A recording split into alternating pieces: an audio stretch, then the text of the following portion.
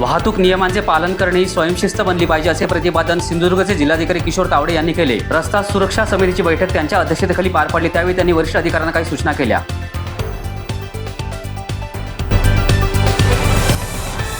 क्रांतिज्योती सावित्रीबाई फुले यांच्या जयंती निमित्ताने लायन्स फेस्टिवलमध्ये खेडमधील महिला पोलीस कर्मचाऱ्यांचा सन्मान करण्यात आला। पोलीस निरीक्षक भोयर, लायन्स अध्यक्ष रोहन विचार आणि त्यांचे सर्व सहकारी यावेळी उपस्थित होते।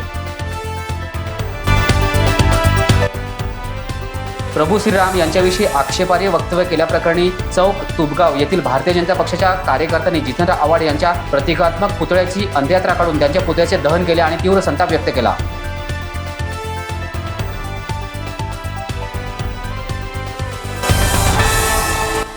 श्रीवर्धन उपजिल्हा रुग्णालयात गेल्या 6 महिन्यांपासून डायलिसिस उपचारासाठी आणलेली यंत्रणा धूळ खात पडून आहे। याकडे वैद्यकीय अधिकाऱ्यांचे दुर्लक्ष होत असून मूत्रपिंड विकारच्या रुग्णांची परवड होत आहे। मुंबई गोवा महामार्गावरील चिपळूण ते परशुराम घाट दरम्यानचे चौपदरीकरण आणि काँक्रिटीकरणाचे काम पूर्ण झाले आहे। आता घाटातील दोन्ही लेन वाहतुकीसाठी सुरू झाल्यामुळे वाहन चालकांनी आनंद व्यक्त केला। दोडा मार्गामध्ये लाखो रुपये खर्च करून बांधलेला तहसीलदारांसाठीचा बंगला गेल्या अनेक वर्षांपासून धूळ खात पडून आहे। हा बंगला आता भूत बंगला बनला आहे अशी चर्चा नागरिकांमध्ये होत आहे। अधिकाऱ्यांना राहायचेच नव्हते तर लाखो रुपये खर्च केले कशाला असा सवाल जनतेमधून विचारला जात आहे। कॅप्टन म्हणून सैन्यदलातून सेवानिवृत्त झाल्यानंतर आपल्या मूळ शिरसेंगे गावी आलेले कॅप्टन बापू शिवराम राऊत यांची गावातून ढोल ताशांच्या गजरात आगळीवेगळी मिरवणूक गावकऱ्यांनी काढली। त्यांच्या स्वागतासाठी अख्खे गाव जमा झाले होते।